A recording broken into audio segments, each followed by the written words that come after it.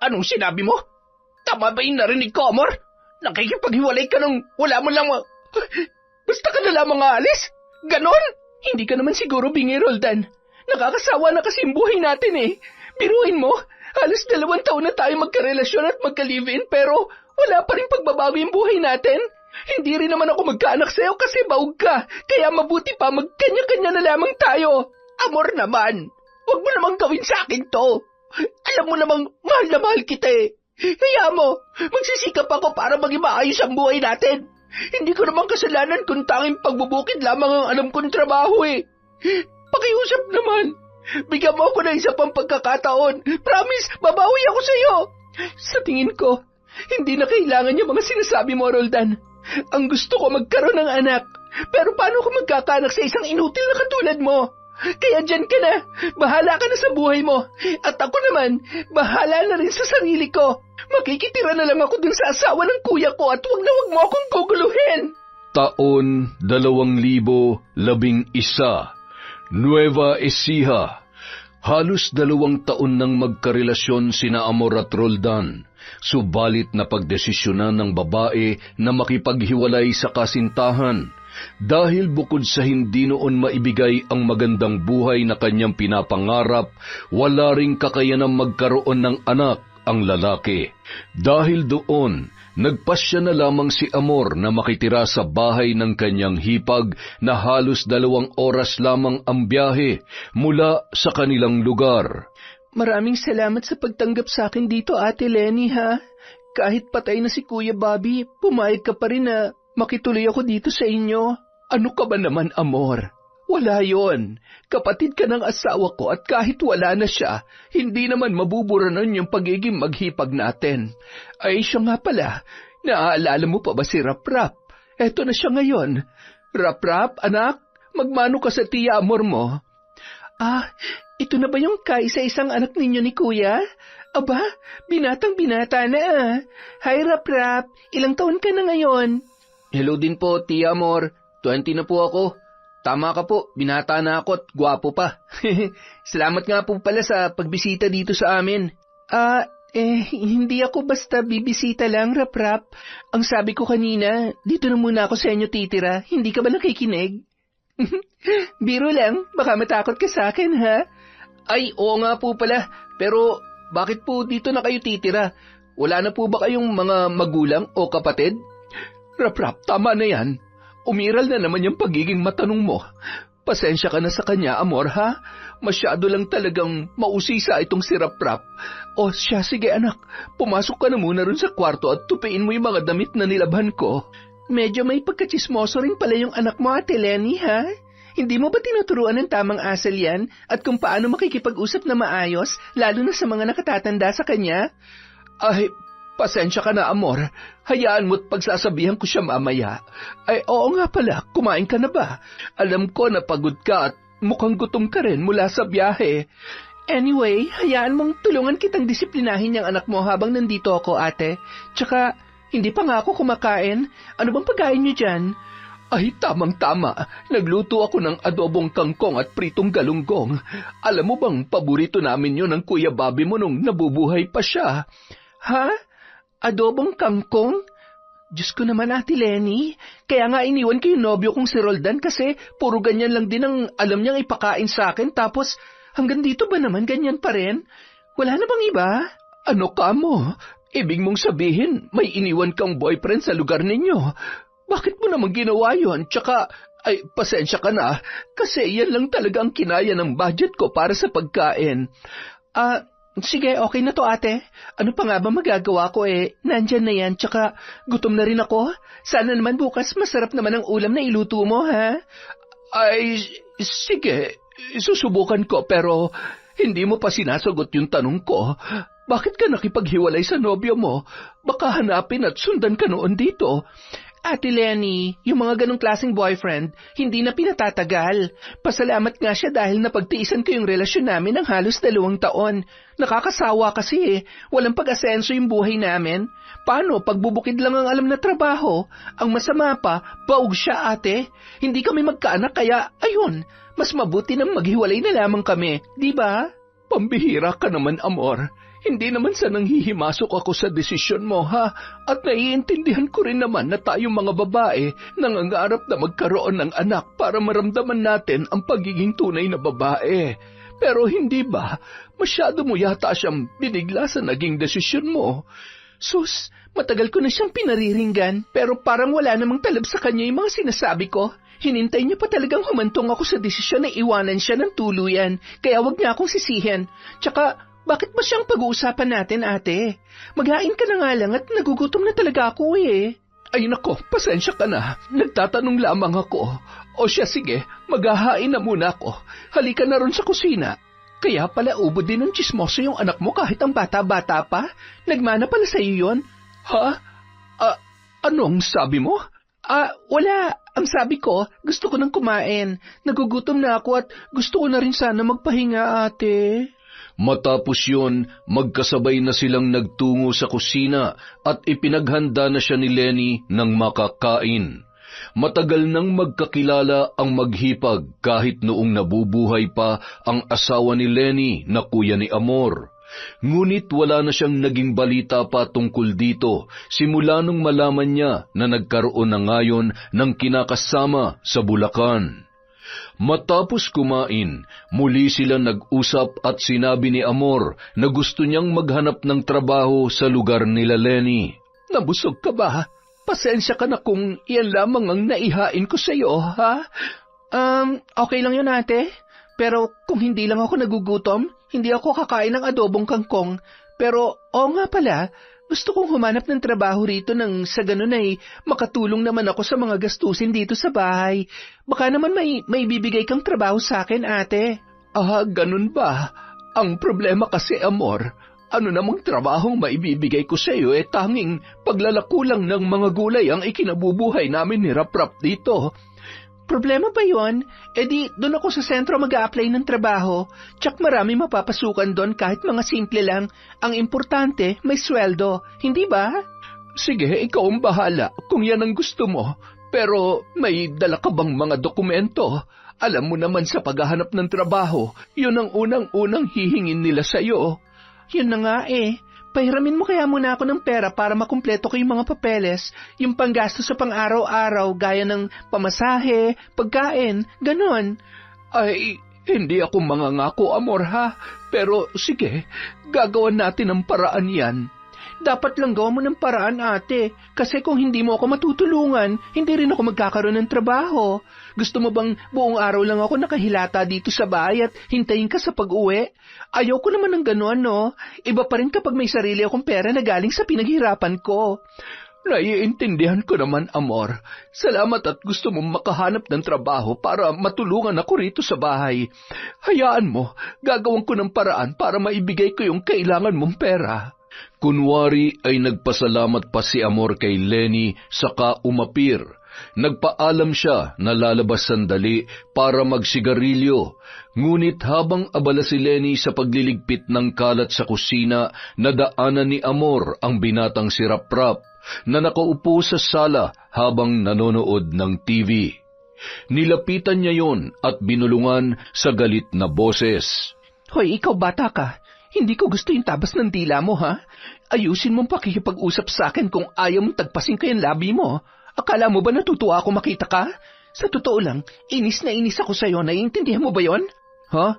Bakit po? Ano po bang ginawa ko? Sus, nagmamaang-maangan ka pa?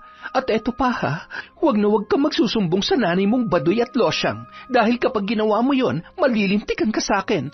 Alalahanin mo, tayong dalawa lang ang palagi maiiwan dito sa bahay. Anong tayong dalawa maiiwan dito sa bahay? Mali ka dyan. Kasi minsan sumasama ako kay nanay sa paglalako ng mga gulay. Kaya habang wala ka pang trabaho, ikaw lang mag-isa maiiwan dito. Ang tanga mo rin pala, no? Manang-mana ka sa nanay mong ubod ng kaingotan. Ay, diyan ka na nga, buiset. Ano kayang problema nun?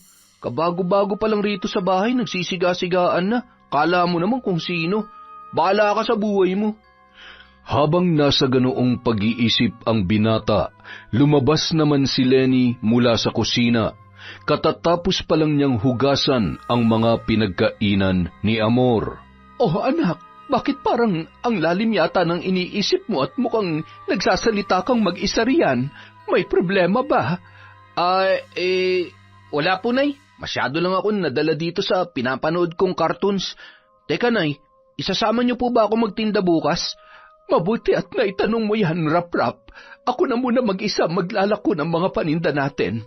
Naisip ko na samahan mo muna rito si Tia Amor mo dahil hindi niya pa kabisado mga kailangang gawin dito sa bahay. Alalayan mo lang muna siya. Po, bakit ko naman po siya aalalayan hindi naman po siya bata? Huwag niyong sabihin na pati sa pagkain susubuan ko pa siya, Nay. Rap-Rap, anak, huwag kang pilosopo. Ang ibig kong sabihin baka may mga kailangan siyang bilhin sa labas at gusto magpasama sa iyo sa tindahan. Tsaka yung mga simpleng gawain dito sa bahay. Nay, naiintindihan ko naman po kayo. Nagbibiro lang po ako. Ay, sige na nga, sasamahan ko na lang muna siya rito. Maganda nga yun kasi may makakatulong ako sa paglilinis ng bahay. Hoy, Rap-Rap, huwag kang magpapasaway sa tiyahin mo at nakakahiya sa kanya, ha? Huwag ka rin masyadong madaldal at magtatanong ng kung ano-ano, lalo na kapag tungkol sa personal niyang buhay. Naiintindihan mo ba ako? Opo naman, Nay. Huwag kayong mag-alala. Behave lang po ako bukas kapag kaming dalawa lang dito ni Tia Amor. Mabuti kung ganon. O siya, sige na. Medyo lumalalim na ang gabi. Maglilinis lang ako ng katawan para naman mapreskuhan ako sa pagtulog. Ilatag mo na rin yung mga hihigaan natin sa kwarto.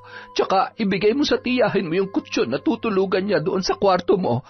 Po, ibig sabihin, siyang gagamit ng kwarto ko?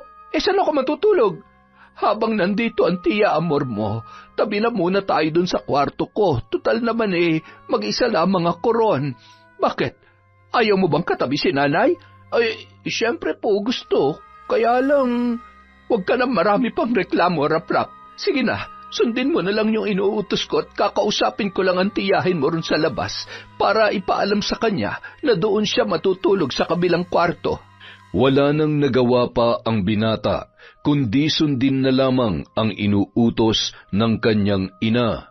Matapos yun ay lumabas ang kanyang nanay para kausapin si Amor na kasalukuyang naninigarilyo sa harapan ng kanilang bahay. Siya nga pala, Amor. Pagpasensyahan mo na muna tong bahay, ha? Alam mo na, eto lang kasi nakayanan naming ipundar ng kuya mo bago siya nawala. Pagtiisan mo na lang din kung anong mayroon tayo rito. Alam mo, te, hindi ko nga alam kung bakit nagagawa mo magtiis sa ganitong lugar Kung sa bagay, sanay naman kayo ng anak mo sa ganitong bahay.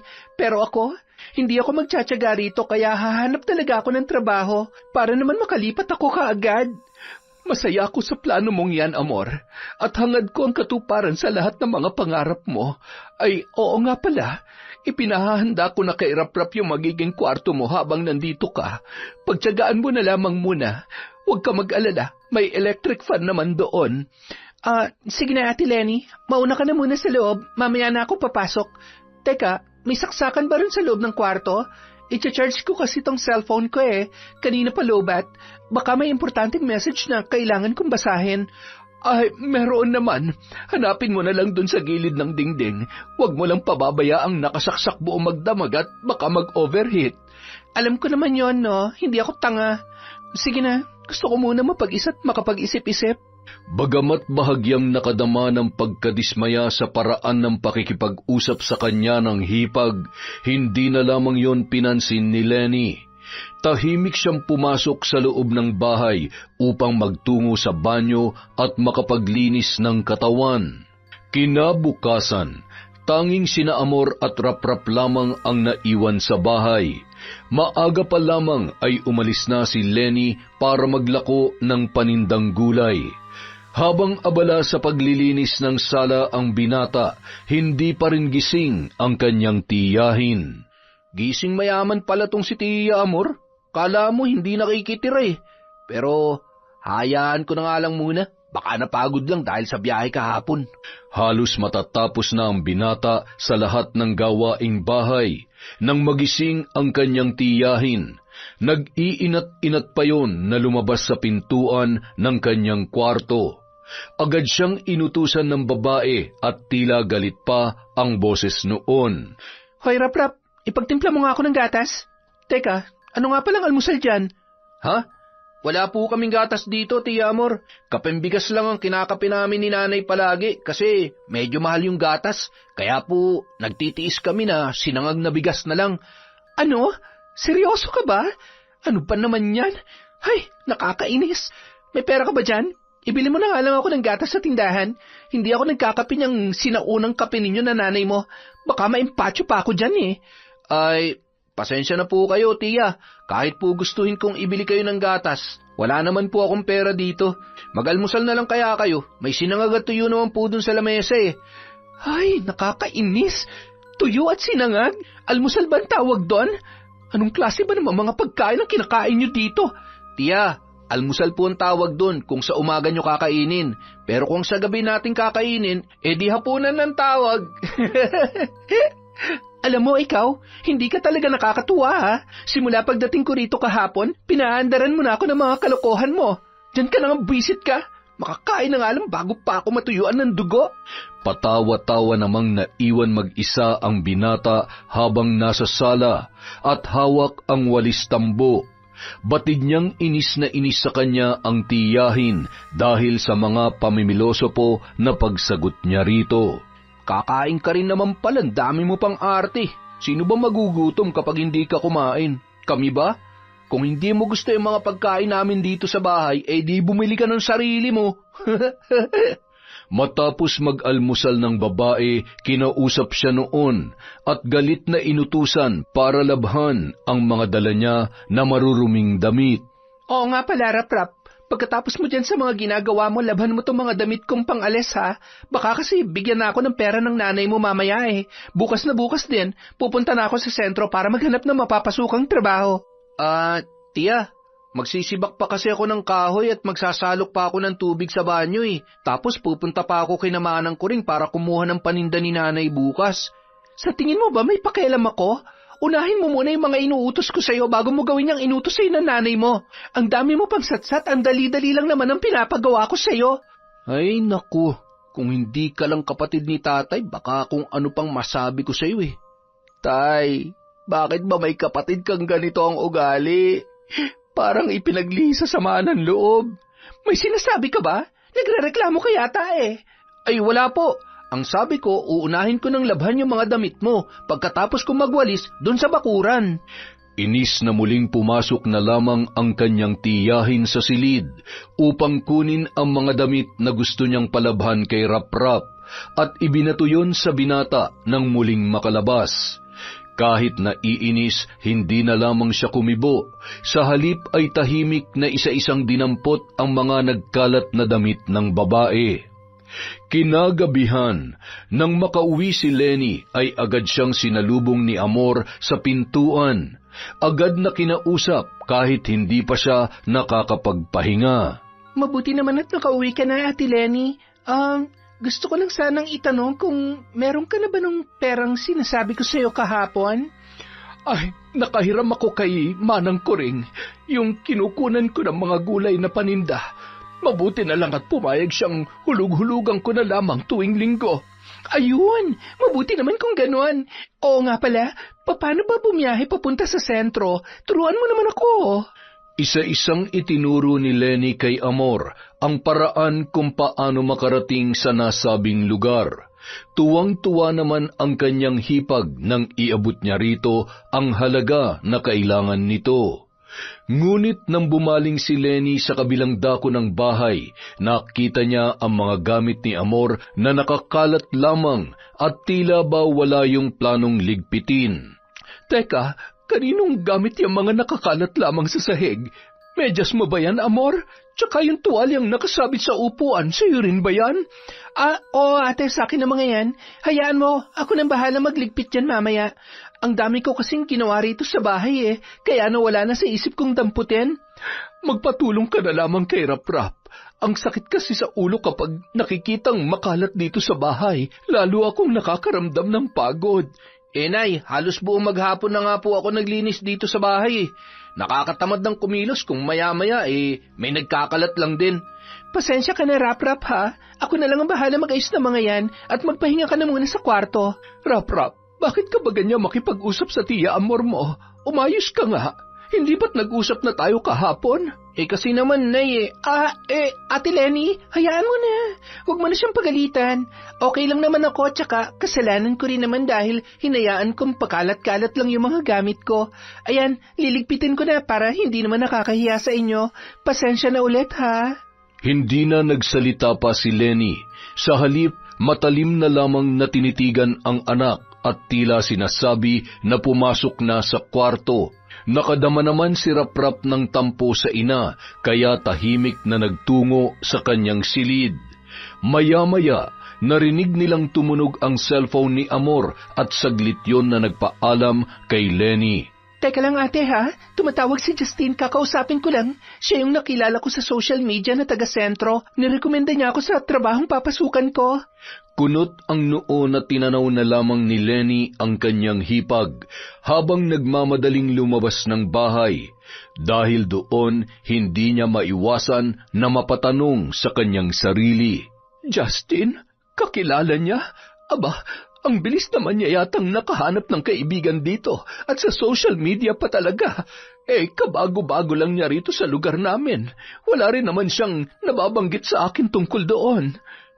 Ipinilig na lamang ni Lenny ang kanyang ulo at hindi na pinagtuunan ng atensyon ang tungkol sa bagay na yon.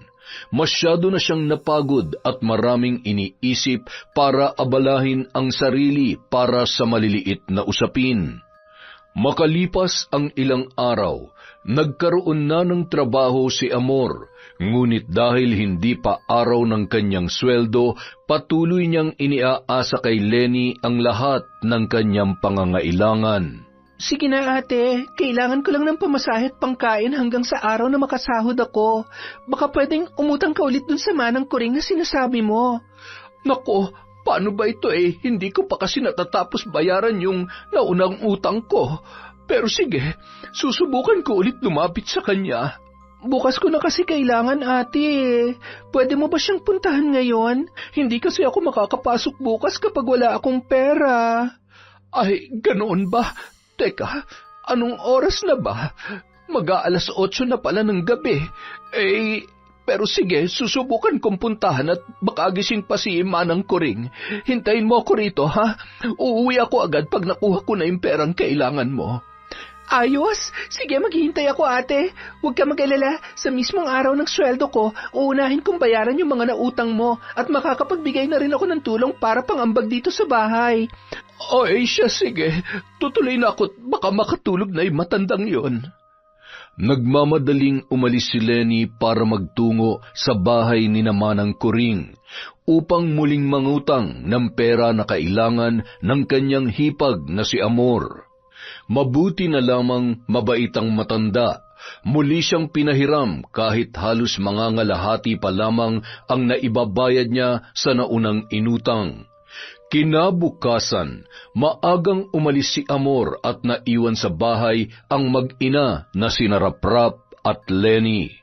Nay, parang napapansin ko, halos lahat na yata ng pangangailangan ni Tita Amor, sa'yo niya na inaasa. Baon na baon ka na sa utang kay Manang Kuring. Baka hindi ka napakunin ng paninda nun. Hindi naman siguro, anak. Tsaka, ganun talaga kapag nagsisimula pa lamang sa trabaho. Kailangan mo munang mamuhunan. Hayaan mo na lang muna ang Tia Amor mo. Mabuting at gumagawa siya ng paraan para makatulong sa atin.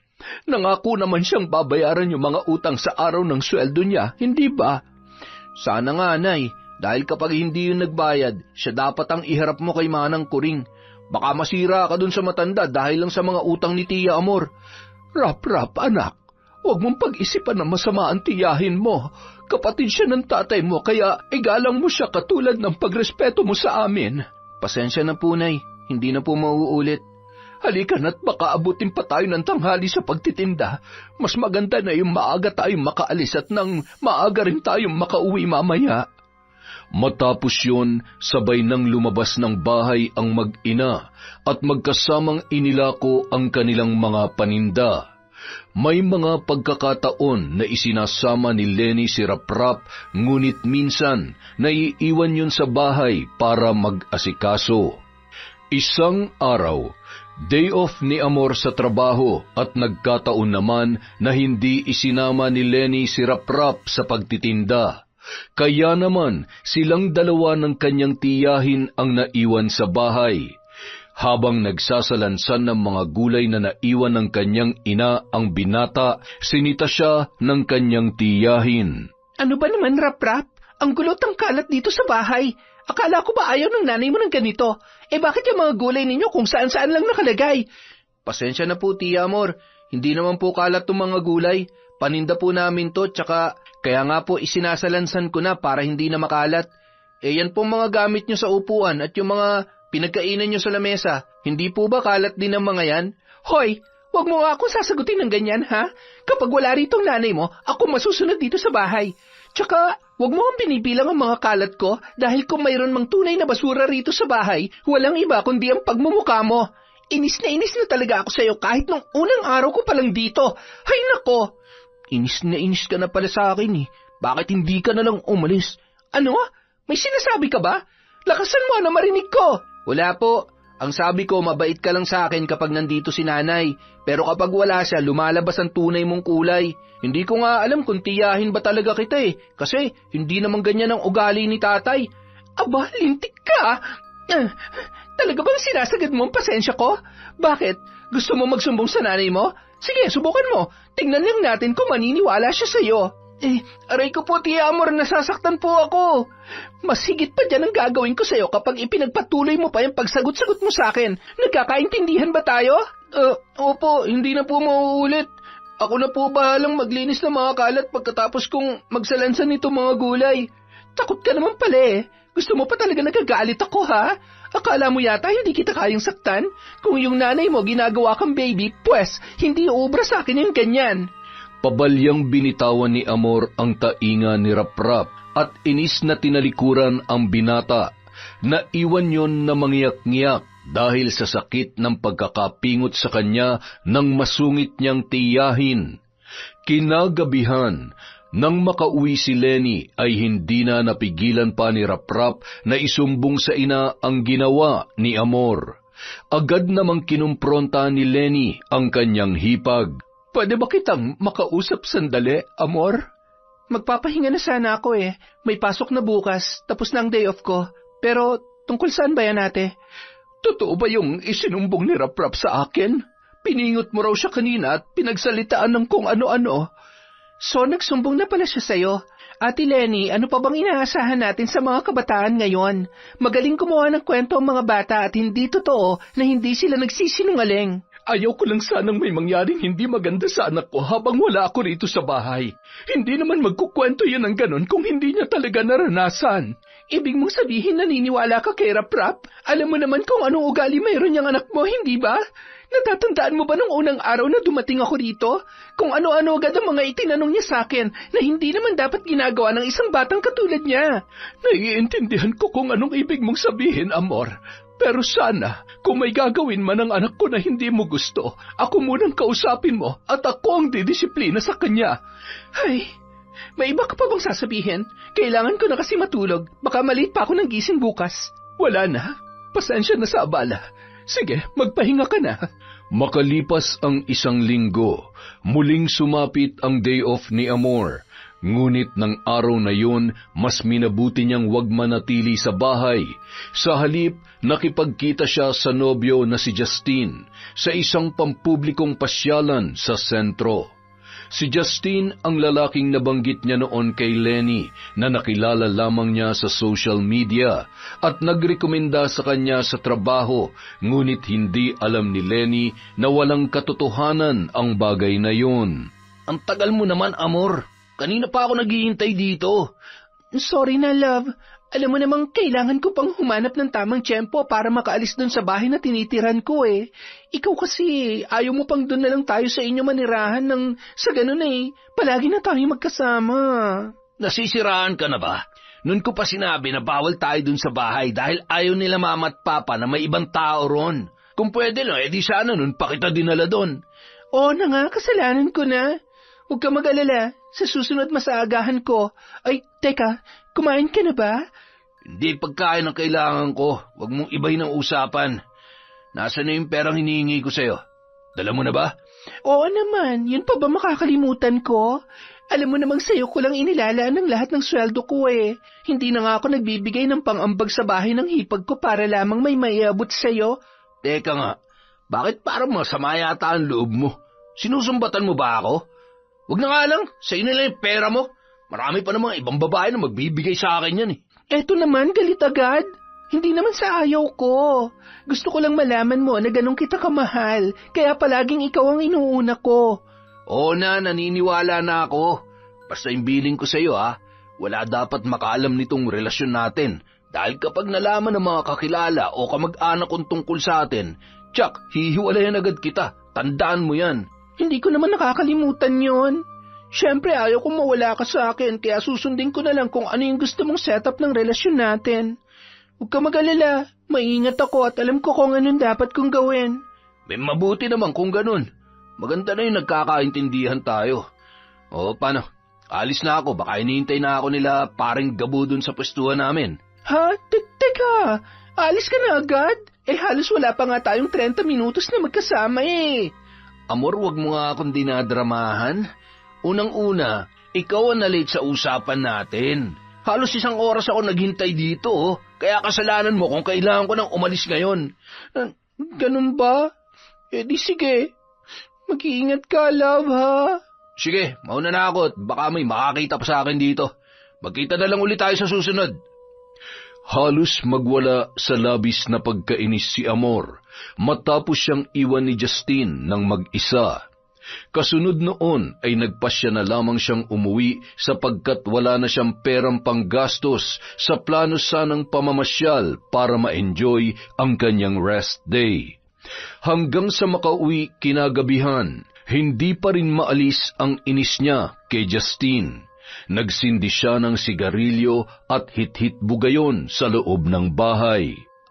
Amor, pasensya na ha? Pero pwede bang sa labas ka na lang ng bahay manigarilyo? Baka kasi malanghap namin ni Rap-Rap yung usok eh. Pasensya na.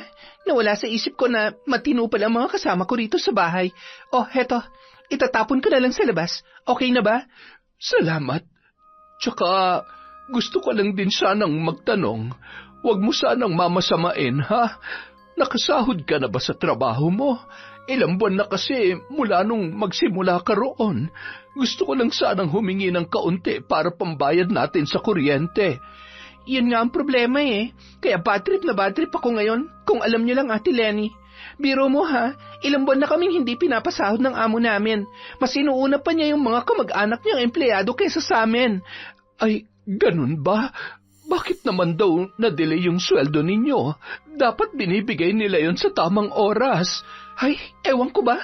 Kung gusto mong malaman ang sagot yan sa tanong mo, magpunta ka na lang doon at yung mismong boss namin ang tanungin mo, ate.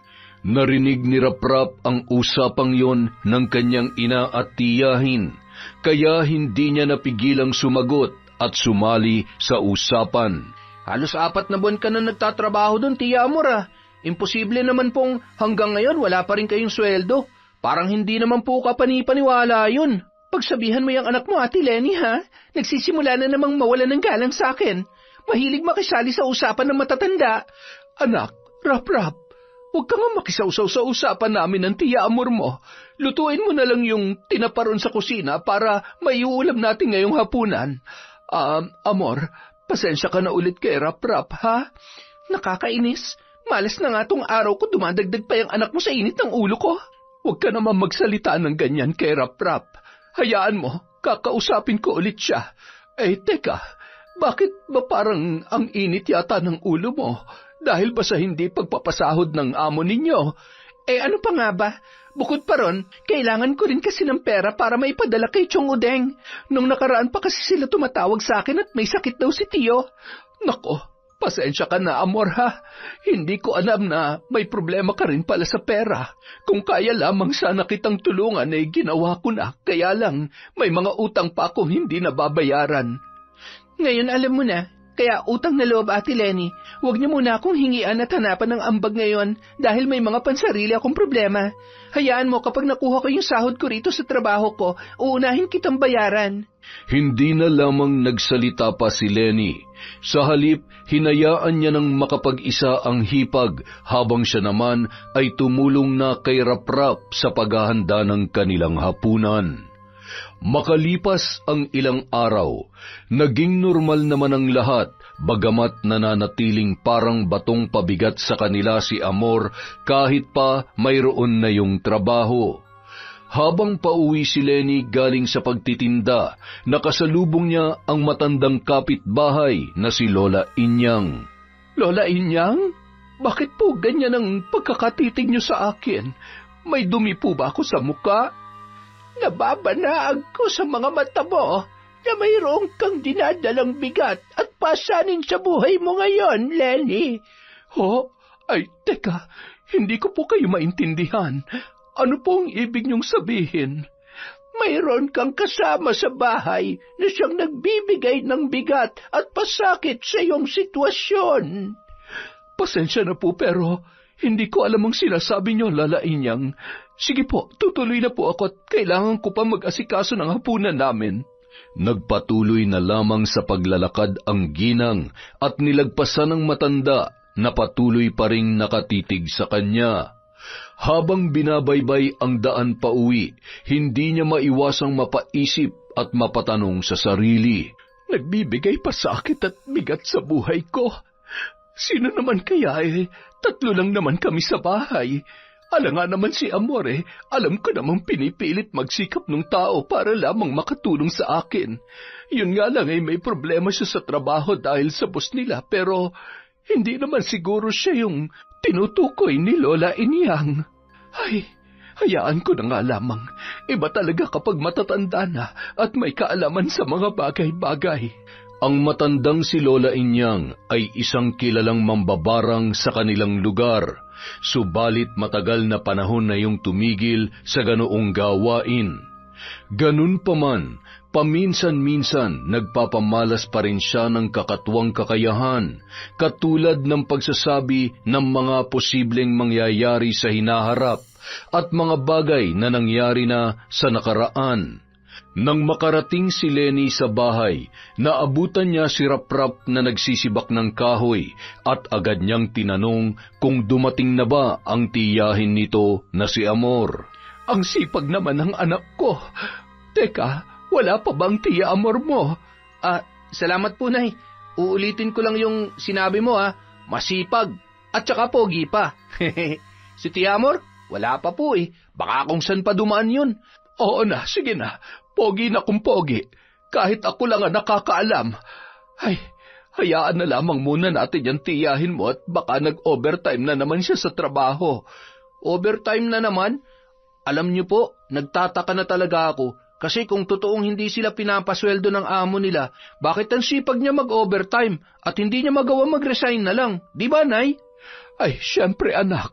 Dahil kapag umalis siya ron, di mas lalong hindi na niya makukuha yung sasahurin niya. Hayaan na lang natin ang tiya Amor mo.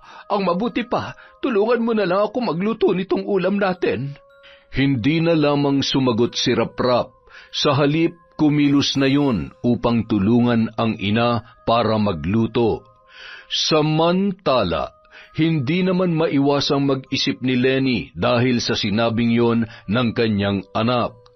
Kung totoo ngang walang napapala si Amor sa pinapasukang trabaho, bakit patuloy pa rin yon na nagtsatsaga at hindi umaalis doon? Makalipas ang 2 buwan, hindi pa rin nakakapag-abot ng ambag si Amor para sa mga gastusin sa bahay. Ang lahat ng sweldo niya ay napupunta lamang sa kanyang nobyong si Justine. Kung minsan, si Lenny pa rin ang nilalapitan niya para sa panggastos sa sarili.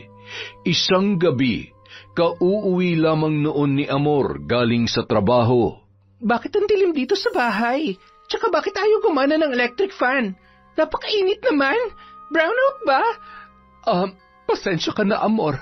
Naputulan kasi tayo ng kuryente Baka sa makalawa pa akong makalikom ng ipambabayad natin. Ano? Seryoso ka ba, Ate Lenny? Paano ko matutulog nito kung mainit at malamok? Maaga pa naman ang pasok ko bukas kaya kailangan ko makatulog na maayos. Ano ba namang bahay to? Pasensya ka na talaga, ha? Kinapos kasi ako sa buwan na to eh. Ang dami ko kasing pinagkagastusan at kinaltas na rin ni Manang ko rin yung huling bayad ko sa inutang natin noon sa kanya. Gawan mo naman ang paraan, ate, please. Hindi pwedeng wala tayong kuryente. Alam mo namang hindi ako sanay ng ganon. Isa pa, paano ako may charge tong cellphone ko? Paano ko makukontak si Justine? Sa sinabing yon ng dalaga, natigilan na si Lenny at nagtataka siyang napatanong sa kanyang hipag. Justine, di ba siya yung sinasabi mo noon na nakilala mo lamang sa social media tapos nagrekomenda sa iyo sa trabaho? Bakit kailangan mo pa siyang kontakin eh? Hindi naman yata siya ang boss mo.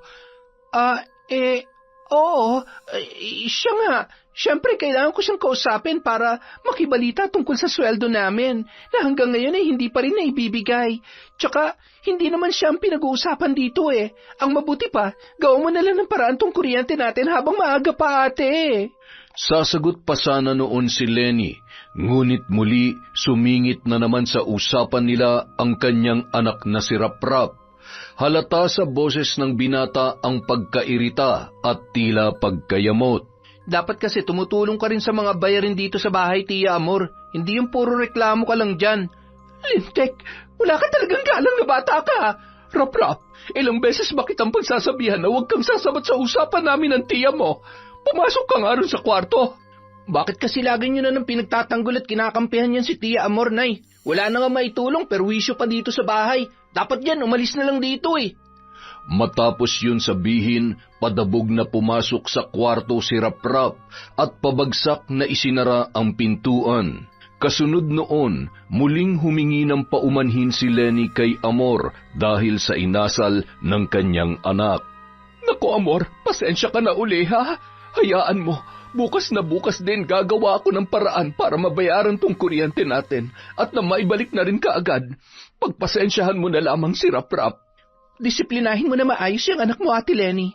Masyado nang nawawala ng galang sa akin. Baka nakakalimutan niya, tiyahin niya pa rin ako. Kapatid ako ng tatay niya. Makaalis na nga lang at makikitulog na lang muna ako sa katrabaho ko. Letseng buhay to! Nang gabi ring yon, walang paapaalam na umalis si Amor sa kanilang bahay. Mag-isa namang naiwan sa sala si Lenny at doon na siya napaisip.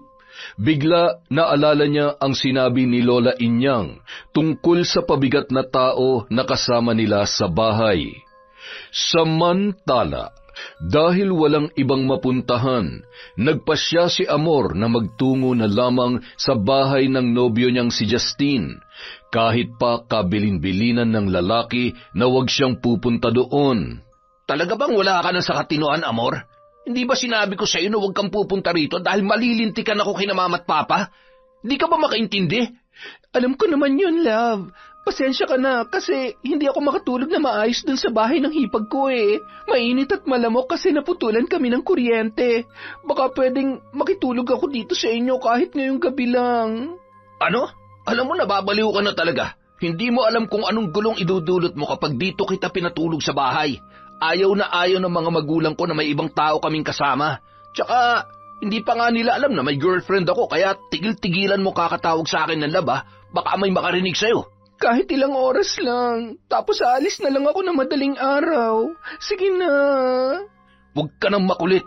Kapag pinilit mo pa rin yung gusto mo ngayon, itutuloy ko na talaga yung pakikipaghiwalay sa'yo. Sige na nga, babalik na lang ako dun sa bahay ni na Ate Lenny. Nakakainis naman kasi kung bakit ngayon pa kami naputulan ng kuryente eh. Huwag ka na mag-ingay dyan. Umalis ka na bago pa lumabas si Mama. Tsak na magtatanong yun kung sinong kausap ko at wala akong balak na sabihin sa kanila kung sino ka. Dahil doon, wala nang nagawa ang babae kung hindi ang bumalik sa bahay ni na Lenny. Habang naglalakad, hindi niya mapigilang maglabas ng galit at sama ng loob.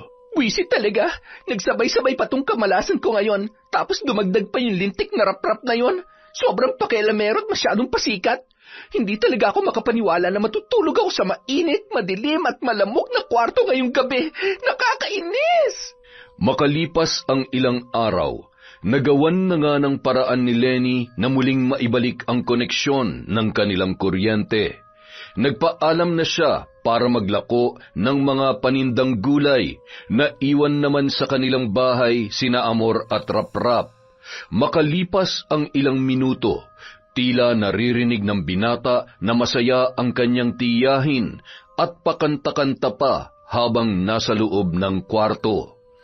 Dala ng kuryosidad, sinilip niya yon sa maliit na siwang ng pintuan at nanlaki ang kanyang mga mata sa kanyang nakita. Teka, tama ba tong nakikita ko? Nagbibilang siya ng pera habang kumakanta. Ang daming perang nakalatag sa papag. Kung ganun, may kwarta lang pala talaga tong babaeng to. Pero bakit niya tinatago sa amin ni nanay? Habang patuloy na tinatanaw ang pagbibilang ng bungkus-bungkus na pera ng tiyahin, narinig niya ang sinabi noon habang kausap ang sarili. Hindi dapat malaman ng mga tao rito sa bahay ang katotohanan na hindi talaga ako sumasahod sa trabaho ng ilang buwan. Kailangan ko silang paniwalain na wala akong pera para lang to sa love kong si Justine para hindi niya ako hiwalayan. Dahil sa narinig, tuluyang binuksan ni Raprap ang pintuan at pumasok sa loob, saka malakas ang boses na kinumpronta ang kanyang tiyahin. Sinungaling ka, Tia Amor. Ang tagal mo kaming pinaniwala ni nanay na wala kang pera at hindi binibigay ng boss mo yung sweldo nyo, pero ang totoo, ipinangsusustento mo lang pala sa lalaki mo. Kaya ba kahit pambayad ng kuryente, hindi ka man lamang makapagbigay kay nanay? Ha? Raprap? Teka, anong ginagawa mo rito? Bakit ka pumapasok sa kwarto ko nang walang paalam?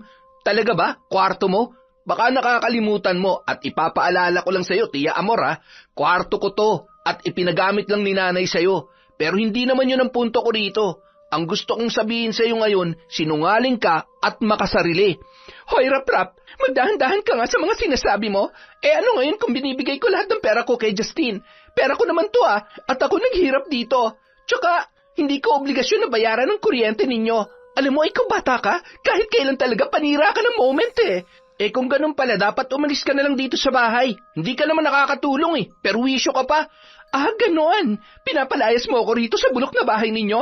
Pwes sige, aalis ako, pero bago yon, papatayin muna kita! Galit na dinampot ni Amor ang panyo na nakapatong sa papag at mabilis na nakalapit kay Raprap. Mahigpit na ipinulupot niya yon sa leeg ng binatilyo at nagpambuno sila hanggang sa makalabas ng kwarto. Naitulak ni Raprap ang kanyang tiyahin at bumagsak sa sahig, ngunit mabilis ding nakatayo. Ganyan palang ugali mo, Tia Amor? Gusto mo akong patayin dahil lamang sa sinabi ko? Habang nagsasalita ang binata, hindi niya napansin na unti-unti na palang lumalakad paatras si Amor hanggang sa napunta yon sa kusina. Doon, lihim na hinugot ng babae ang kutsilyo mula sa pinaglalagyan noon at patakbong sumugod kay Raprap, saka ubod ng lakas na inundayan ng saksak sa leeg ang binata. Kung inaakala mong ligtas ka na, nagkakamali ka. Hindi ang isang batang katulad mo lang ang makakapagpaluhod sa akin. Itong bagay sa iyong hayop kang pakialamero. Kriminal ka, Tia Amor. Sana patawarin ka ng Diyos. Ginawa mo ito sa akin. Dahil sa lalim ng natamong sugat at sa walang tigil na pagbulwak ng dugo mula sa leeg ni Raprap, mabilis siyang nalagutan ng hininga at humandusay sa sahig ng kanilang bahay. Natataranta at mabilis na kumilos naman si Amor para tipunin ang pera na nasa papag na binibilang niya kanina. Kasunod noon, binitbit niya ang malaking bag na naglalaman ng mga gamit at duguan ang damit na lumabas ng bahay. Nakasalubong niya pa si Lola Inyang na takang-taka na pinagmasdan ang kanyang kasuotan na may bahid ng pulang likido. Diyos ko, saan kaya nanggaling ang babaeng yun at bakit parang may mga dugo ang suot niyang damit? Huwag naman sanang magkatotoo ang iniisip ko. Napaantada si Lola Inyang matapos habulin ng tingin ang halos madapa sa paglalakad na si Amor. Kinagabihan, nang makauwi sa bahay ay halos mawala ng ulirat si Lenny sa kalunos-lunos na itsura ng kanyang anak. Wala na yung buhay at naliligo sa sariling dugo. Nagsisigaw ang babae at sinubukang humingi ng tulong, subalit huli na ang lahat dahil halos buong maghapon nang nakalagak doon ang katawan ni Raprap. Kung sino man ang gumawa nito sa iyo, anak, isinusumpa kong magbabayad siya. Sisingilin ko ang demonyong yon. Gagawa ko ng paraan para makamit ko ang hustisyang nararapat para sa iyo. Habang umiiyak sa harap ng kabaong ng kanyang anak, nilapitan siya ng kapitbahay na si Dana. May dalayong mainit na lugaw. Ate Lenny, kumain po muna kayo. Kagabi pa walang laman ng sikmura nyo eh. Baka kayo naman po ang magkasakit niyan. Maraming salamat, Dana. Pakilagay mo na lang muna dyan at kakainin ko maya-maya. Nauunawaan ko po ang nararamdaman nyo ngayon, Ate Lenny. Magdasal po kayo at magpakatatag. May awa ang Diyos, malalaman din natin kung sino may gawa nito kay Raprap. Pigil ang galit na napatiimbagang si Lenny habang nakakuyom ang kanyang mga kamao at nakatitig sa walang buhay na anak na nasa loob ng ataul. Nang mga sandaling yon, batid niya na kung sino ang may kagagawan sa nangyaring yon kay Raprap. Agad na tiyak niyang si Amor ang salarin sapagkat wala na roon ang mga gamit ng babae, maliban sa kulay berdeng panyo na naabutan niyang nasa sahig ng kanilang bahay. Walang ibang gagawa nito sa kanya, maliban sa kaisa-isang tao na nag-akyat ng kamalasan sa bahay namin. Sorry po, Ate Lenny, pero ang tinutukoy niyo po ba yung babaeng nakatira sa inyo dati? Yung palaging galit at parang walang kaibigan? Wala na akong ibang pwedeng paghinalaan pa, Dana. Alam kong masama mambintang ng kapwa, lalo na kung wala tayong matibay na ebidensya. Pero malakas ang kutob ko na siya talaga ang may kagagawan nito. Bigla na lang kasi siyang nawala, dala ang mga gamit niya. Ang tanging naiwan lang ay yung kulay berdeng panyo na alam ko na sa kanya. Kung sigurado po kayo na siyang may kagagawan nito, ano na po ang plano ninyo? Isusumbong niyo po ba siya sa mga pulis? Hindi, Dana. May naisip akong mas malupit at karapat-dapat na paraan para makapaghiganti sa hayop na babaeng yon. Ano naman po ang iniisip niyo, Ate Lenny? Sana hindi kayo mapahamak sa gagawin ninyo. Hindi na sumagot pa ang ginang. Sa halip, dinampot na lamang niya ang mangkok na dala ni Dana at unti-unting kinain ang lugaw na laman noon.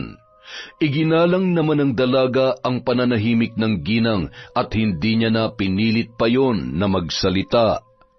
Makalipas ang ilang araw, nailibing na si Raprap at tila ba hindi mabawasan ang bigat sa dibdib ni Lenny. Maging ang mga kapitbahay ay nakisimpatya rin sa kanya, kabilang na ang matandang si Lola Inyang. Lenny, may kailangan kang malaman, pero hindi ko sasabihin sa iyo ngayon dito sa harap ng maraming tao. Bukas kapag medyo magaan na ang loob mo, pumunta ka sa kubo ko kahit anong oras. Hihintayin kita doon. Po? Tungkol po ba saan yan, Lola Inyang? Tungkol sa pagkamatay ng anak mo. Hihintayin kita bukas sa bahay. Sige na, mauuna na ako't marami pa akong gagawin. Napanganga na lamang si Lenny habang tinatanaw ang papalayong matanda. Maya-maya, naramdaman niya ang kamay ni Dana na humawak sa kanyang balikat. Pagkatapos ay nagsalita. Ate Lenny, uuwi na po muna kami ha. Kapag kailangan niyo na makakausap, puntahan niyo lamang ako sa bahay.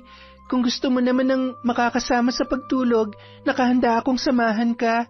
Alam kong hindi magiging madali sa inyong susunod na araw, pero magdasal lamang po kayo at hindi kayo pababayaan ng Diyos.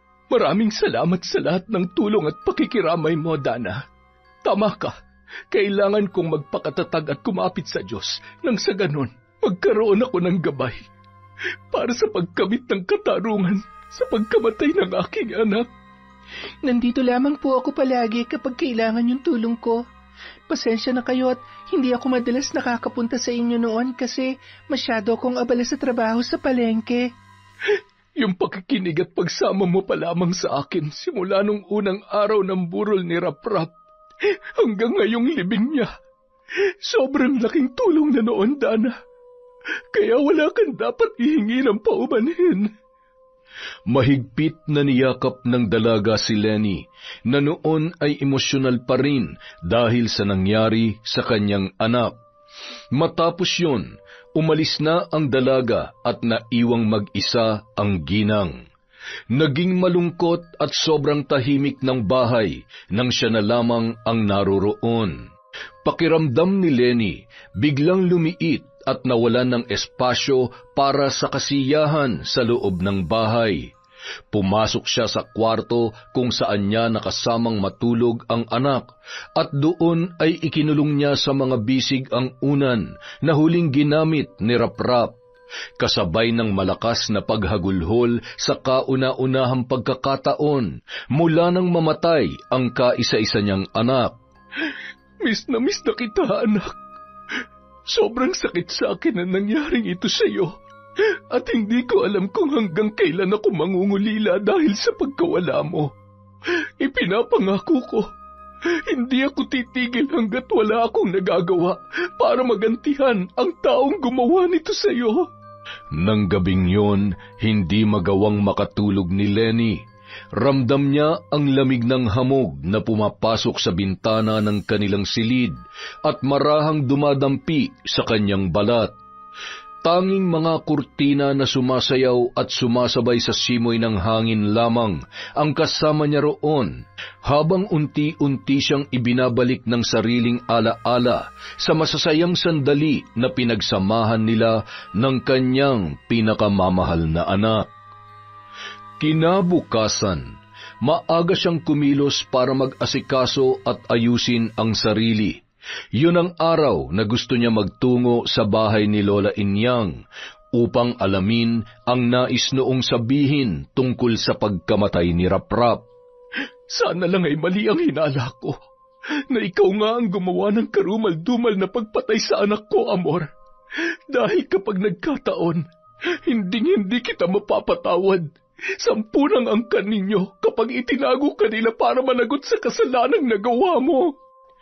Tahimik, puno ng determinasyon, at buong tapang na binaybay ni Lenny ang daan patungo sa bahay ni Lola Inyang sa bandang dulo ng baryo. Nang nasa labas na siya ng pinto, ay isang malalim na buntong hininga muna ang kanyang pinakawalan bago kumatok. Agad naman siyang pinagbuksan ng matanda. Seryoso ang mukha noon na pinapasok siya sa loob at pinaupo sa isang silya na gawa sa kalawang imbakal. Alam kong gusto mong malaman ang nais kong sabihin sa iyo, Lenny. At hindi na ako magpapaligoy-ligoy pa. Nung mismong araw na namatay ang anak mo, may nakita akong babae na lumabas mula sa bahay ninyo. Maputi, may kolerete sa muka at balingkinita ng pangangatawan. Pawisan siya noon at tila natataranta na hindi alam ang gagawin. At higit sa lahat, may bahid ng dugo ang damit niya nung siya'y umalis. Sinasabi ko na nga ba? Siya nga, ang walang hiyang hipag ko ang pumatay sa anak ko, Lola Inyang. Demonyo siya. Wala siyang puso. Nagawa niyang kitli ng sarili niyang pamangkin. Iba-iba ang mukha ng bawat tao, Lenny. Madalas ang mga taong inaakala natin na mukhang hindi gagawa ng krimen, sila pa pala ang nagtatago sa maamong anyo para gawan tayo ng kasamaan. Noon pa man, ramdam ko nang mainit talaga ang dugo niya kay Raprap. Pero hindi ko inasahan na magagawa niya ang bagay na yon, Lola Inyang. At ang masakit pa, mas madalas ko siyang kampihan at ipagtanggol sa tuwing magtatalo sila ng anak ko. Ano ngayon ang balak mong gawin sa taong yon? Gusto mo bang gumanti? Gustong-gusto ko po, Lola Inyang. Pero may nais lamang po sana akong itanong. Kung sakaling hingin ko ang tulong ninyo, nakahanda pa rin po ba kayong gawin ulit ang ritual ng pambabarang? Hindi po ba Matagal na panahon niyo na yung itinigil. Tama ka. Matagal ko na ngang kinalimutan ang karunungang yon.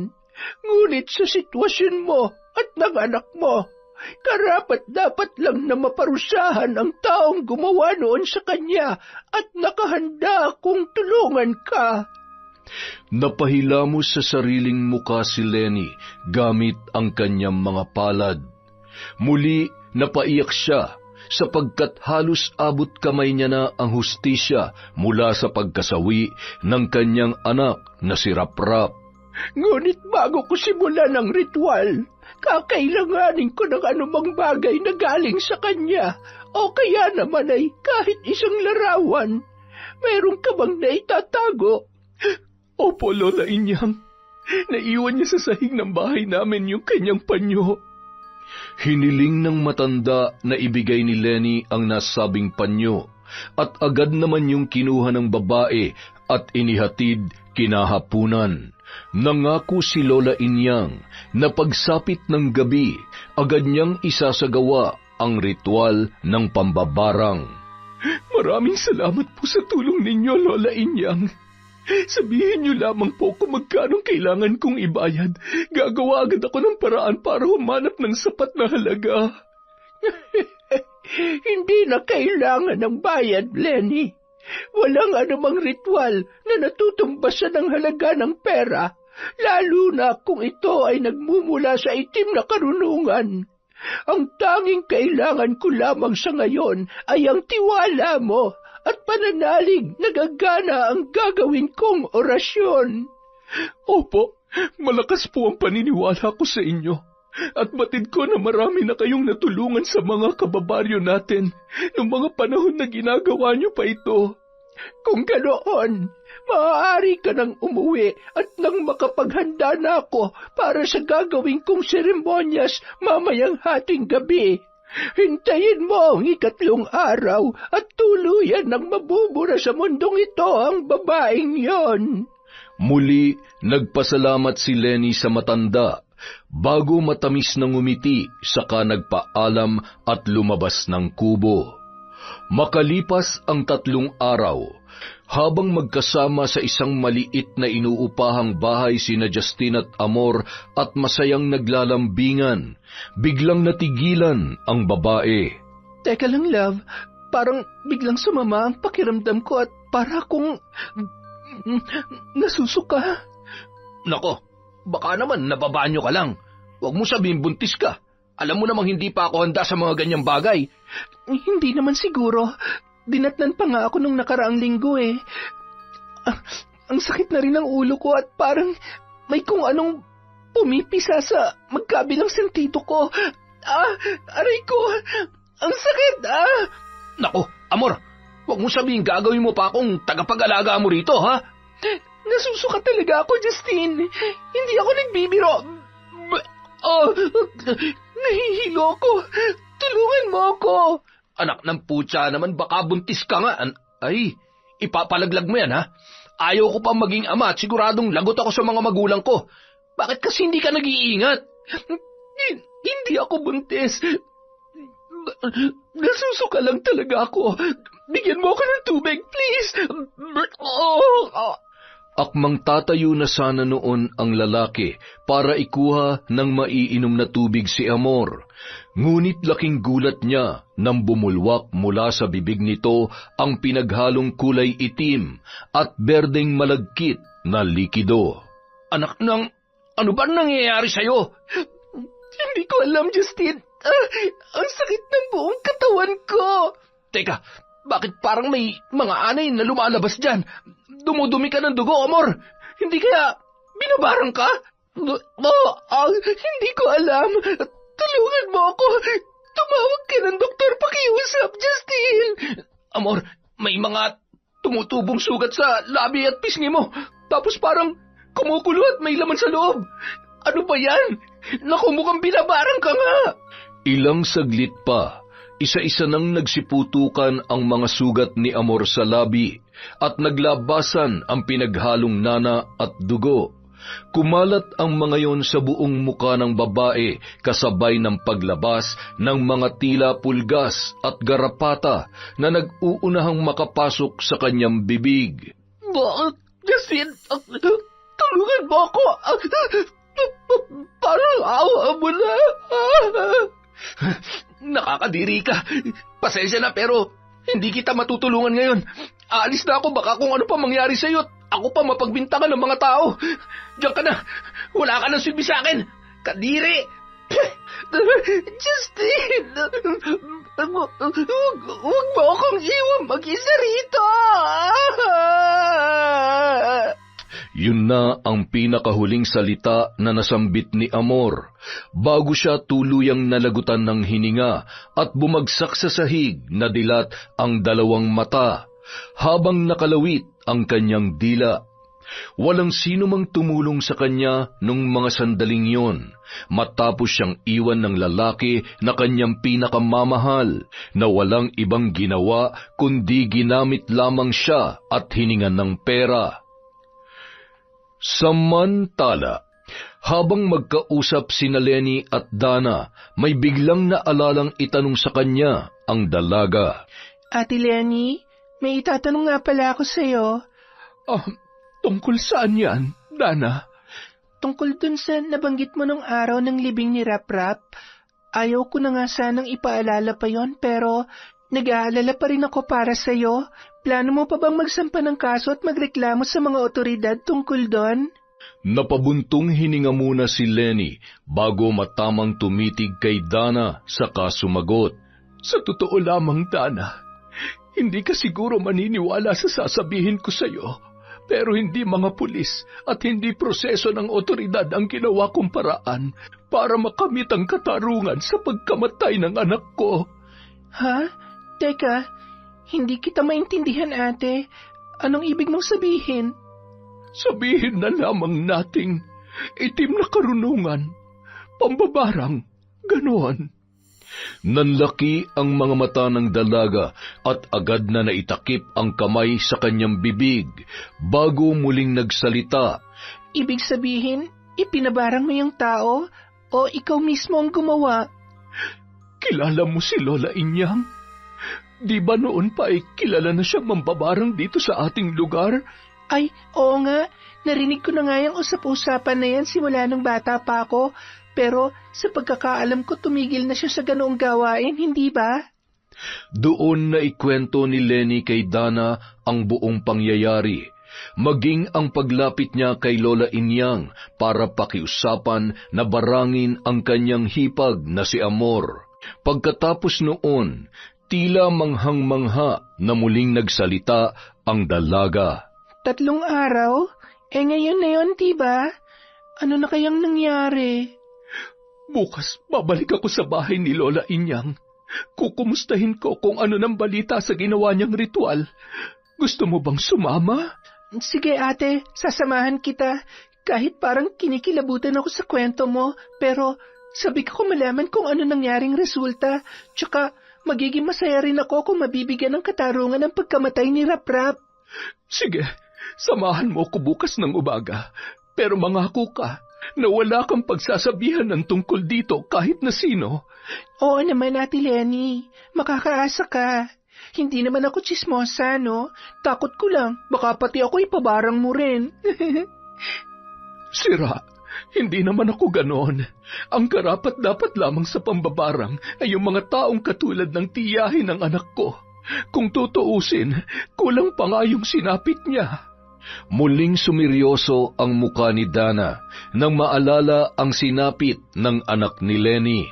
Hindi rin siya makapaniwala na totoo palang gumagana at umiiral sa mundo ng mga tao ang ritual ng pambabarang. Kinabukasan, magkasama silang nagtungo sa bahay ng matandang si Lola Inyang upang alamin kung ano ang nangyari. Wala ka nang dapat pang ipag-alala, Lenny. Nagawa ko na ang hiling mo at gaya ng ipinangako ko sa iyo. Tinuluyan ko na ang babaeng naging dahilan ng pagkamatay ni Rap-Rap. Nagpapasalamat po ako sa inyo, Lola Inyang.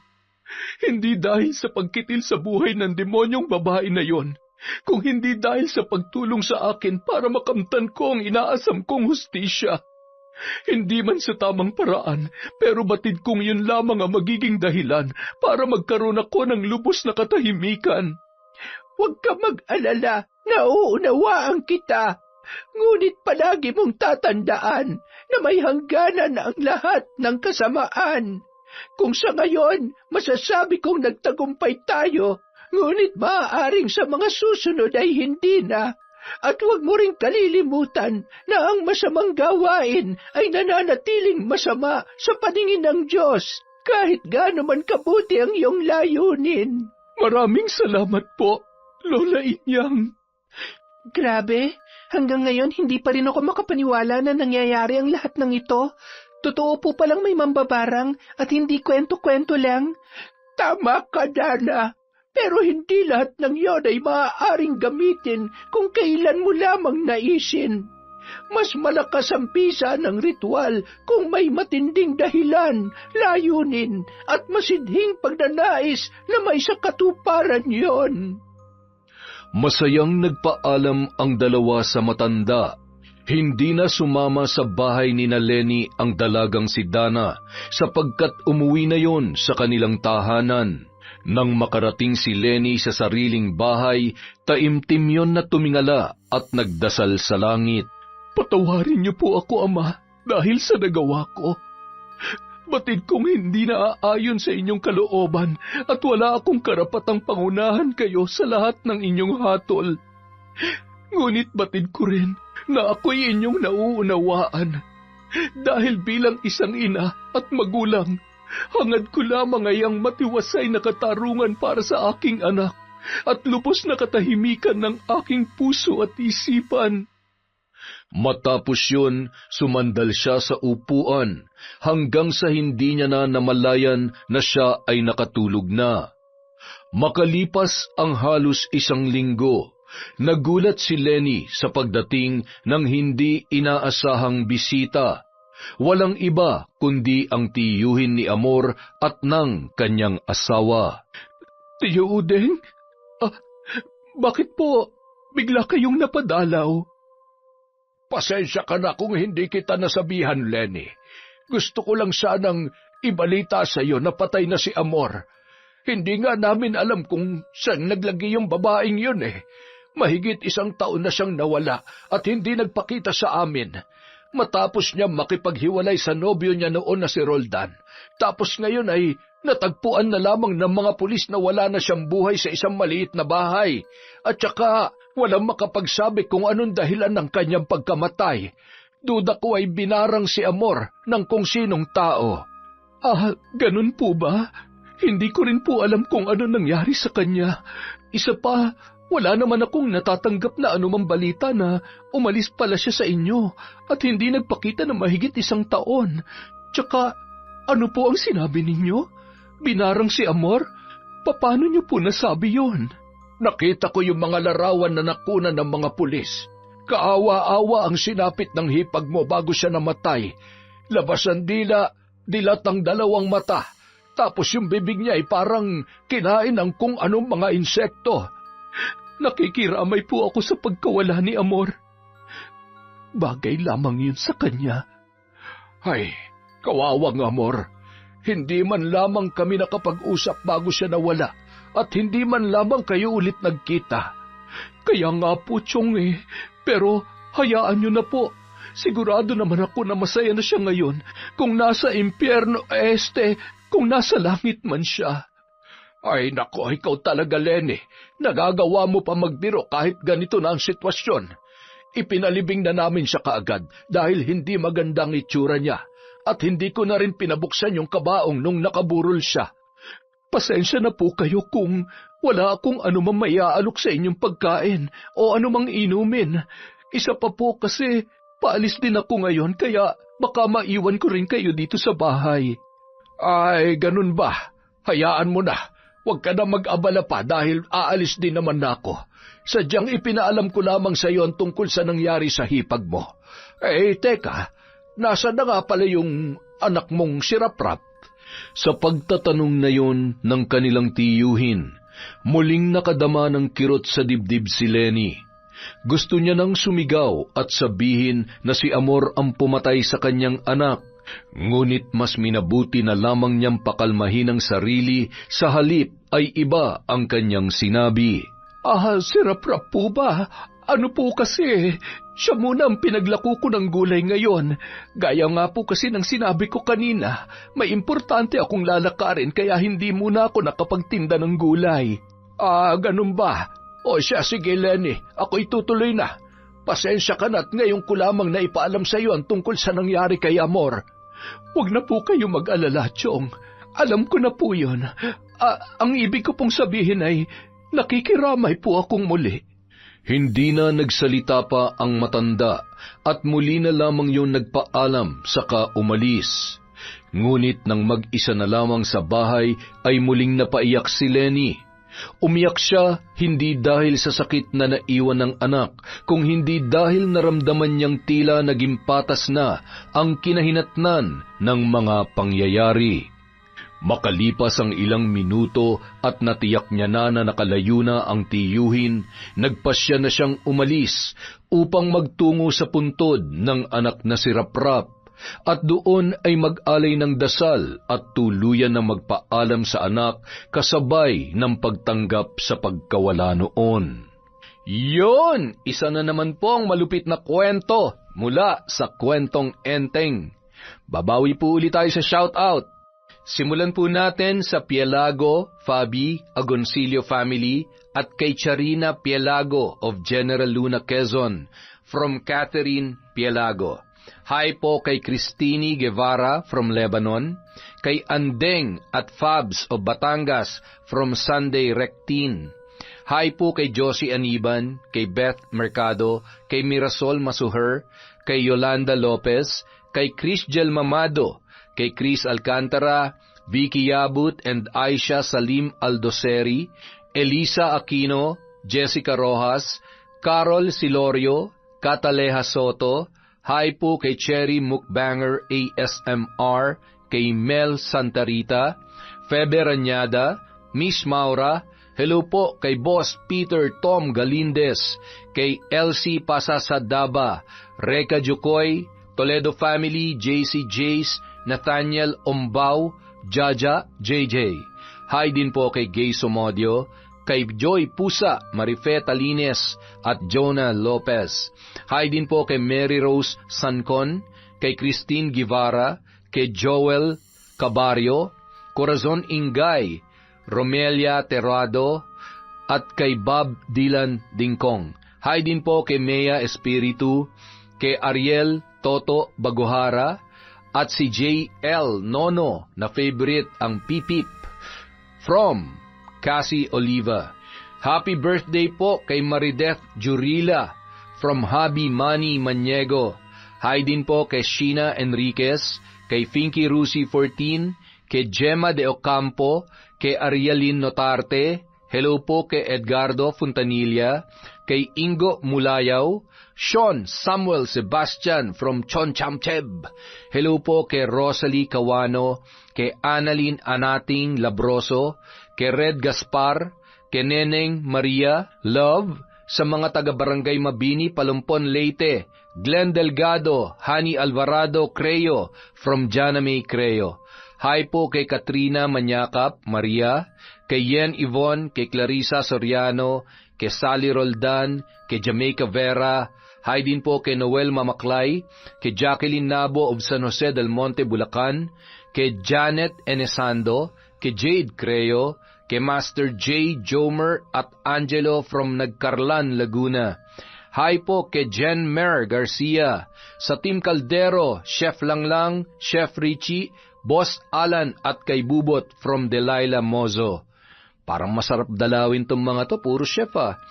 Hi din po kay Annalisa Chico Diga from Consolacion Alvarez, kay Angelina Ignacio, kay Reynante Siena, kay Alfreda Alano, kay Sydney Crosswind, Daisy Lynn Ronquillo, Pinay Isla, Pamela Allen, Alan Serra, Losino family from Melodia Losino, Sam San from Turkey. Hi po kay Kuya Xiao TV, kay Shera Vashti from Hong Kong, kay Amy Carbonilla, kay Kim Legaspi, kay Clara Aclera, kay Jen Fernandez ba to? Hi po kay Lorena Cabigas, kay Tonya Pen, Let at Joel of Antipolo from Liza Agodo. Hi po kay Elizabeth Lutero, kay Grimpula Angelica, kay Danilo Katigan ng Luzon Avenue. Hi din po kay Luz Aclaro, sa Galindez at Ramos family from Peter Tom Galindez, kay Agnes Malanag, at kay Lola Feli from Bulacan na araw-araw nakikinig sa Kwentong Enteng, from Raven Tennyson. Maraming salamat po ulit sa walang sawang pagsuporta sa Kwentong Enteng. Advance Happy Valentine nga po pala sa inyong lahat. Maraming salamat po ulit mula sa Kwentong Enteng.